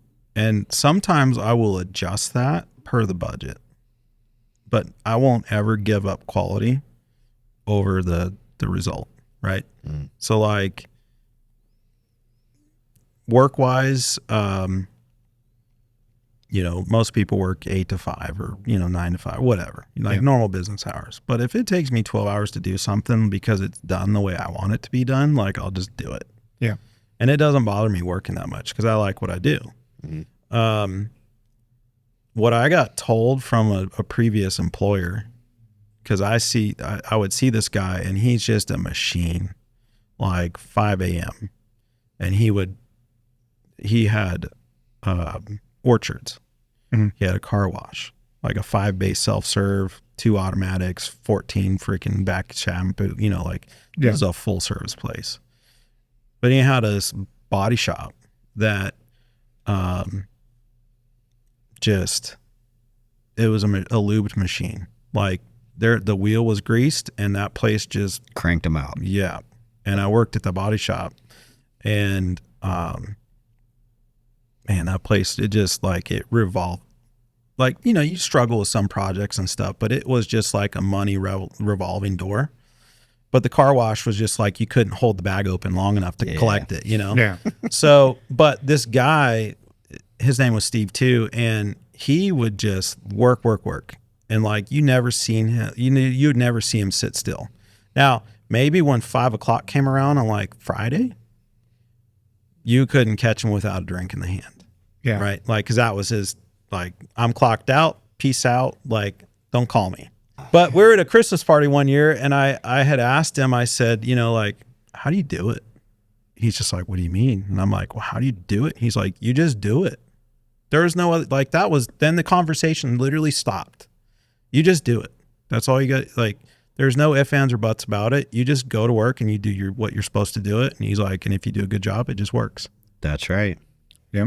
That's a good one. So, you know, and of course, when I ask him, we're all like a few drinks in. So I like work up the courage to talk to him because he's like super, not standoffish, but like intimidating, man. Yes, Yeah. that's it. Intimidating. Yeah. Yeah. You guys get that feedback, I'm sure, sometimes. Yeah. I know I do. Yeah. Yeah.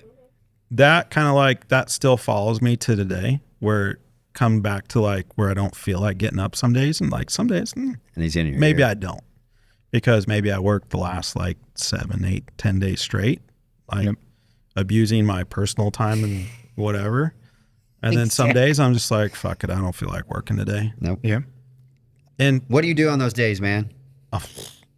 I jump in a car and I just cruise. I end up going to the shop. That's what happens. That's why I get in a car and go. And seriously, Yeah. and it's been a thing since I've been doing it for about 4 years now, is when I'm done and I'm like, hey, I need to make sure that I'm done, I'll go get in a car and I'll just take off. So this year, in the last probably was October now, so Oh shit, it is October. 4 months or so. So I had a buddy of mine that I worked with call me up, and he says, hey, we're going dirt track racing. Like, we need a driver. Do you want to go? Fuck yeah. And I'm like, fucking do bear shit in the woods. Like, how much is this going to cost me? That was my bottom dollar, right? And he's just like, it's $35 to buy into the series, you know, whatever. And it's like $35 to race. And he's like, and if you make the feature and you make a lap under the green, like you get paid $50. And I'm like, so you're telling me I'm going to get to go raw dog some dude's car and on the dirt track and maybe fuck this thing up totally and get make $15? Yeah. Like, yeah. So I go and do this, right? And it's these like 5/8 scale modifieds. They're called mod lights, and they have motorcycle engines in them. So like, this is my wheelhouse too, since I've done power sports before. And so I jump in it, and I know how I take to it pretty quickly, but no idea how I'm going to figure out how to turn this thing left at 40 or 50, 60 miles an hour around a turn and then go back down the straight. So, you know, I was fucking hooked though, because I'm like, okay, this is way more fun because, you know, drag racing's fun and like doing stuff on the street, that's cool and all, but like, I'm like from 5-10 feet from the next car, maybe. And maybe is a very slight, not very much, right? Like one race, I have since bought my own car and I've been That's what I was leading to. Yes, so that's where I'm going with it. So at one point, like me and the other guy get tied up, and they have like these side bumpers on the side, like door bars almost, and like the people behind us in the pack were like, bro, your guys were shooting sparks because neither one of us were letting off, and like we're almost like caught together, right? And I'm like, you know, so we're talking like bumper to bumper. It's probably 5 feet from me to him physically in the chassis. Damn. Like we're up against each other, and like I'm not fucking lifting. I've like actually floored it when that happened. I can hear the throttle bodies go bull, and it's like bogged down, you know. And so I do this dirt track stuff, and then so these are 5/8 scale modifieds. They're called mod lights. This has like mine has a Gixxer 1000 motor in it. Nice. Of course, I tune it. Sure. Because I did power sports, and so I kind of know what they want. Like I did power sports at a high level where we're talking like land speed records and FIM, AMA, stuff like that, along with asphalt, half mile, that kind of stuff too. So kind of done a lot of different stuff, so I'm familiar with it. So of course I drove to Arkansas, bought this dude's car, and I'm praying to God that this thing doesn't like kick the rod first pass, or first race out or whatever, blow up, because that would suck. But I tune it, and it makes like 170 horsepower in this like 1,400 pound car. And it's a 73-inch wheelbase. Oh my God, dude. And it's 60 inches ish wide. Like that's your limitations to the specs. And you're trying to turn left in a turn at like 50, 60 miles an hour. So, and I don't know how accurate like the GoPro Speedo is that you can add into it, but like I know what on the dyno from doing it, I know what the RPM is for the mile an hour based on tire size and the drum speed. So like I know how fast it potentially could go minus the wheel slip on the dirt, right? So these things are a blast. And it's a totally different rush being 5-10 feet from the next car, and this thing's humming 13,000 RPM. And you're doing like 65 down the quarter mile straight, or it's a quarter mile oval, so however long the straightaway is. Like you go from like, I think one of them said I was doing, one of the videos that I got says like 35, 40 miles an hour in the turn. Damn. And then I'm doing like 65 down the street. So, and it goes from like that 35 to 60, like real fucking fast. Oh yeah. So, and from the grandstands, it looks so fucking gay. But you're having a time of your life. But in the car, it looks like you are just cooking this circle, And so I show up and I come to the track, and like kind of now after a few months, like people kind of know me, in our little group and stuff, but like I'm a nobody. And so like, so that feels good, huh? oh yeah. Doesn't it? Besides the rush and you get like, You don't get a bunch of people asking you questions. no, because I'm like the retard You're when like, I it don't comes to like the setups and stuff. Like, Yeah. I don't know what the fuck I'm doing. Yeah. Now I'll try shit. And when I've tried stuff, it does not work out in some cases. And in other parts, like I'd try different stuff. And like this last time I went out, I'm like half a track ahead of everybody in the feature. And mind you, like I'm not some fantastic driver, right? Like the car's performance is probably above my driving skill by a lot. Yeah. But at this particular place we've been racing, and I'm not dogging anybody, but I feel like in perspective to the rest of like Texas, or maybe just, guys that do dirt track, like where I've been racing lately is like a seat time place, right? Okay. But if I go to a bigger show, like I'm going to be like dragging the back caboose, like slowing everybody. I'm going to be the guy that gets lapped. Right. And it's Yeah. guaranteed, because I've had guys come from, say like Houston, and like this one dude, and he's met, like we've talked on the phone and stuff. And like, he's totally open to sharing information, because in the dirt world, like you could have the same setup in two cars, and the drivers will drive differently, and the setups are the one of them is going to be completely wrong for the one driver. Mm-hmm. So off of like the theory basis of like what things should do, it doesn't necessarily mean that like the setups are going to work the same. But if you take what you got and make an adjustment, the theory behind the adjustment is what's going to make the improvement or not. For right? the driver to be successful. Correct. So in some cases, like when that guy came up and raced with us, it's seat time for him. Like I'm not that dumb about it. Mm-hmm.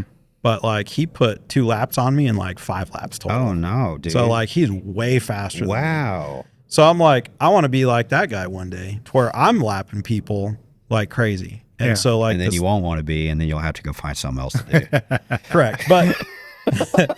But for now, right? Like this is the great part about it. Like if you look at the whole package as a total for doing that, like the entry cost is pretty minimal. The cost of fuel, like coming out of pocket for the car, we're talking like maybe $10 for me. And I burn E85. So like, it's a gallon or 2, maybe like for a whole night. And you pay $35, and it doesn't matter what place you get, unless you get in the top whatever.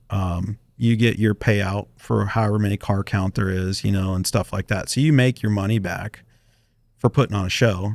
And in some cases, like when I've placed real high, like second place, third place, whatever, or fourth. That's what I got this last weekend was fourth. I was an idiot and I was half a track ahead of everybody. And I don't know that because you can't see. You can, yeah. Out the right side, that's not the place to be because, like, for one, I'm wearing a Honda, so like I only got like blinder vision, you know. Yep. But then like you sit down in the car so low, like, and the you can't see. You can barely see out the left side. But it makes it to where like I had no idea how far out I was, and I could hear some of the cars, but at the same time I don't know. Yeah. So I'm half a track out ahead of everybody. And I'm like pushing myself because I've normally get the last handful of laps and like I have to push to stay up front. So I'm leading like hell. And then for whatever reason, I must have hit some like soft stuff. And it like the car instantly like just hooked a left. Like I'm turning left, but like it hooked a left and just like right into the tractor tire. And I'm like, moment of like cuss words and you want to hit stuff. And so when that happens, I cause a caution. And when you cause a caution, you get put in the back of the pack. Damn. So I'm like, mother fudger. So that's your new deal, huh? Yeah. So like that helps me separate, you know, the drag strip from life separation. And like, cause going to the track is kind of work for me. It's hard. Yeah. It's fun, but it's still work. And customers don't understand it because it's fun for them. Mm-hmm. You know, they have their struggles and stuff if they have a bad time or not meeting their expectations or something like that. But for guys like me or Chris, like going to the track, like you're clocked in. And sometimes you're clocked in from 6 o'clock in the afternoon till 6 in the morning. Or a whole week. Yeah, or that. So for me to, you know, jump in this dirt car and I go and just do my thing. That's fun. I've watched plenty of sunrises at TJ's events. Mm-hmm. Yeah. And all in good started early mornings and then watched plenty of sunrises. That's right. That's right. Well, we'll wrap that up. It was an honor to have you, Steve. It's cool to meet you, man. Cool to We get to know you. appreciate everything.